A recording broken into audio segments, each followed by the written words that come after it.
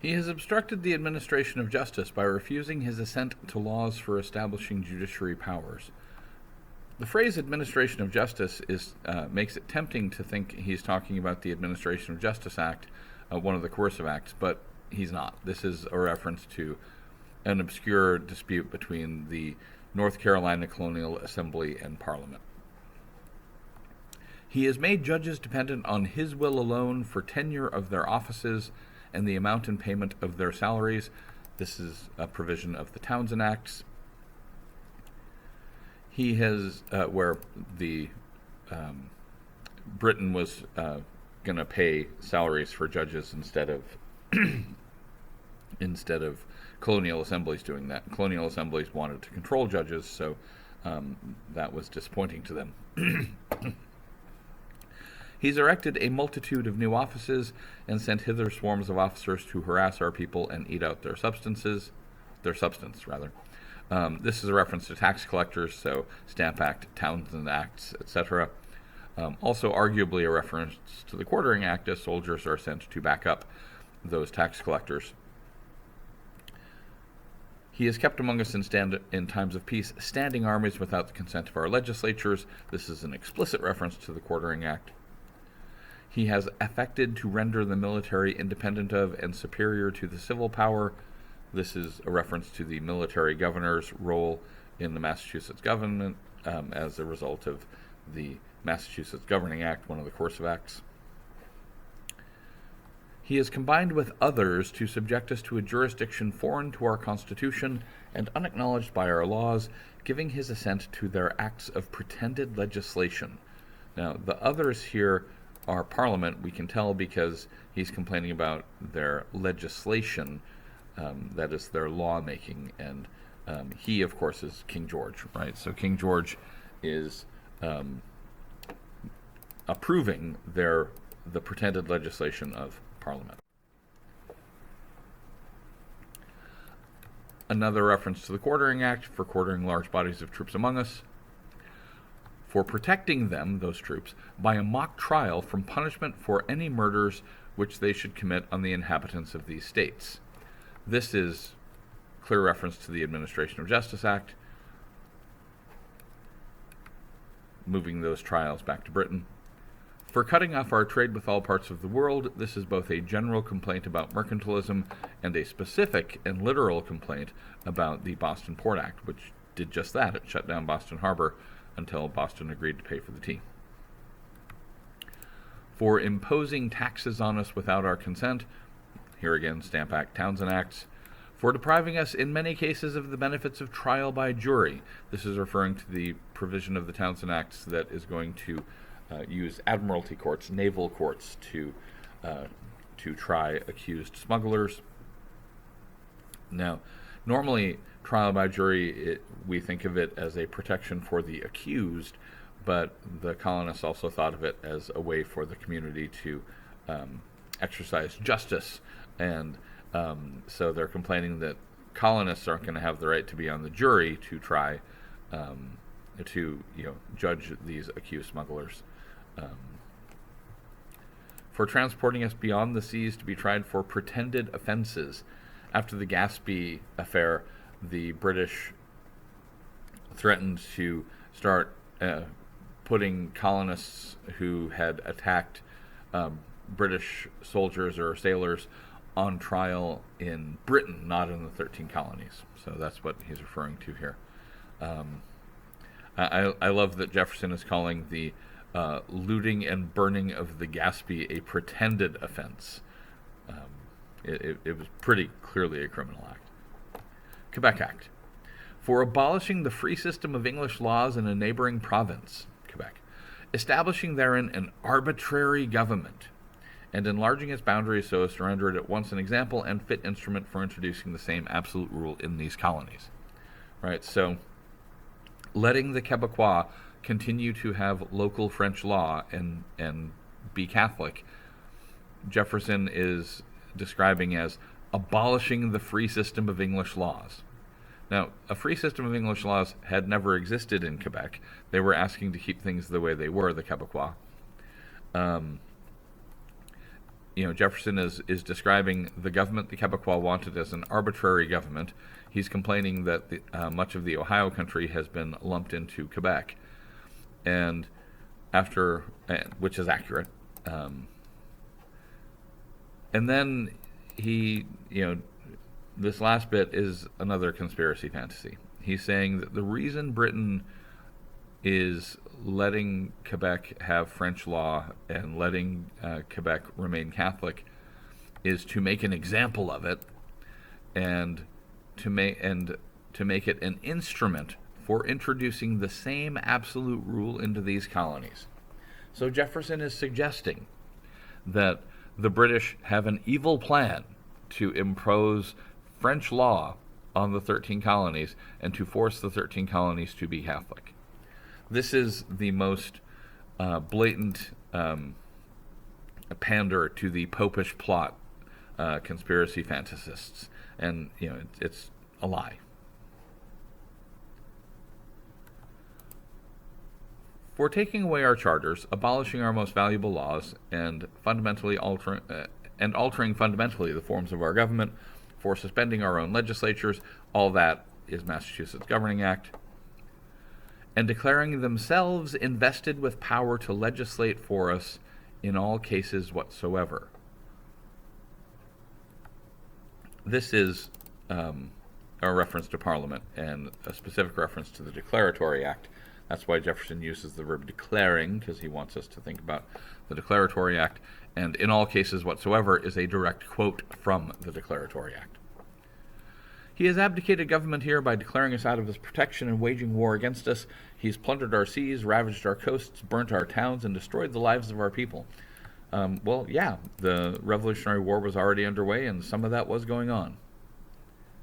He is at this time transporting large armies of foreign mercenaries, he's talking about the Hessians, to complete the works of death, desolation, and tyranny already begun, with circumstances of cruelty and perfidy scarcely paralleled in the most barbarous ages, and totally unworthy the head of a civilized nation.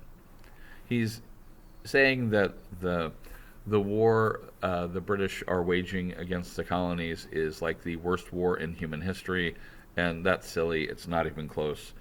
Next year in world history, we will talk about just off-the-charts brutality that happened in ancient times, the Middle Ages, and even in the early modern period, that were far more brutal than what was happening in the American Revolution. He has constrained our fellow citizens taken captive on the high seas to bear arms against their country, to become executioners of their friends and brethren, or to fall themselves by their hands. This is a reference to the British practice of impressment, kidnapping people to force them to serve in the Navy. He has excited domestic insurrections amongst us. This is how Jefferson is describing the British welcoming escaped slaves into their army and granting them freedom. To Jefferson, this is a slave rebellion. It's a domestic insurrection. Insurrection is rebellion. And then Jefferson turns to the Native Americans. He writes, King George III has endeavored to bring on the inhabitants of our frontiers the merciless Indian savages whose known rule of warfare is an undistinguished destruction of all ages, sexes, and conditions. Well, that's hyperbole. The Native Americans sometimes practiced war that way, killing not just enemy soldiers, but also, civilian men, women, children, the elderly. But Indians didn't always fight that way, and moreover, it's hypocritical because the colonists, especially when they were fighting Indians, also often did not confine themselves to fighting enemy soldiers. They also often slaughtered civilian men, women, children, the elderly. So both hyperbole and hypocrisy in this case. In every stage of these oppressions, we have petitioned for redress in the most humble terms. In every stage? We saw, Gaspee, Boston Tea Party, Stamp Act riots, lots of examples where the colonists were protesting in not humble ways and certainly not peaceful ways. Our repeated petitions have been answered only by repeated injury. Really? I mean, like, by the end, the British were getting tough. Like, the coercive acts were pretty hardcore. That's a case where petitions were answered by injury, but there were also times where the British were reasonable and tried to compromise, right? The colonists were like, we hate the Stamp Act, it's an internal tax, and so the British repeal the Stamp Act. And then they come back with the Townshend Acts, which are an external tax, hoping that, they're trying to tax the Americans in the ways that the Americans say they want to be taxed, but then the Americans decide they don't want that either. So this is not honest. A prince whose character is thus marked by every act which may define a tyrant is unfit to be the ruler of a free people. Nor have the prince here is George III, of course. Another big problem with the Declaration is it's pinning almost everything on George III, when in fact Parliament's in the driver's seat of the English government. Jefferson, like Tom Paine in Common Sense, is pinning everything on George III because Americans still liked George III, and he's trying to sever that emotional connection. Nor have we been wanting in attention to our British brethren. We have warned them from time to time of attempts by their legislature, Parliament, to extend an unwarrantable jurisdiction over us. We have reminded them of the circumstances of our emigration and settlement here. We have appealed to their native justice and magnanimity, and we have conjured them by the ties of our common kindred to disavow these usurpations. Right? The colonists have asked the British people to stick up for them, right? Because Parliament's doing them wrong, the King's doing them wrong, so the colonists have appealed directly to the people of Britain. Because these usurpations, these cases where Britain has taken away the colonists' rights, or tried to do so, would inevitably interrupt our connections and correspondence. But the English people, they too have been deaf to the voice of justice and of consanguinity, of common blood. We must, therefore, acquiesce in the necessity which denounces our separation, and hold them as we hold the rest of mankind, enemies in war, in peace friends. Right? So this is not just a divorce between the 13 colonies and Parliament and the King, but also a divorce between the British colonists and the British people back in Britain. We, therefore, the representatives of the United States of America, in General Congress assembled, appealing to the Supreme Judge of the world for the rectitude of our intentions, do in the name and by authority of the good people of these colonies solemnly publish and declare that these united colonies are, and of right ought to be, free and independent states, that they are absolved from all allegiance to the British Crown, and that all political connection between them and the state of Great Britain is and ought to be totally dissolved, and that as free and independent states they have full power to levy war, conclude peace, contract alliances, establish commerce, and do all other acts and things which independent states may of right do. And for the support of this declaration, with a firm reliance on the protection of divine providence, we mutually pledge each other to our lives, our fortunes, and our sacred honor. Now, couple references to God here at the end.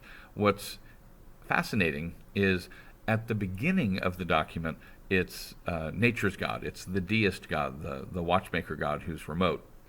Now it's the supreme judge of the world, and they're invoking the protection of divine providence. This is no longer the deist remote watchmaker God. This is an appeal to religious Americans who believe in an active interventionist God who answers prayers, right? Because Jefferson wants them on board too, right? The Patriots want everybody on board. They want rational Enlightenment people. They want popish plot conspiracists. They want deists. They want traditional Christians. They want everyone on their side in this struggle against Britain. So that's the Declaration.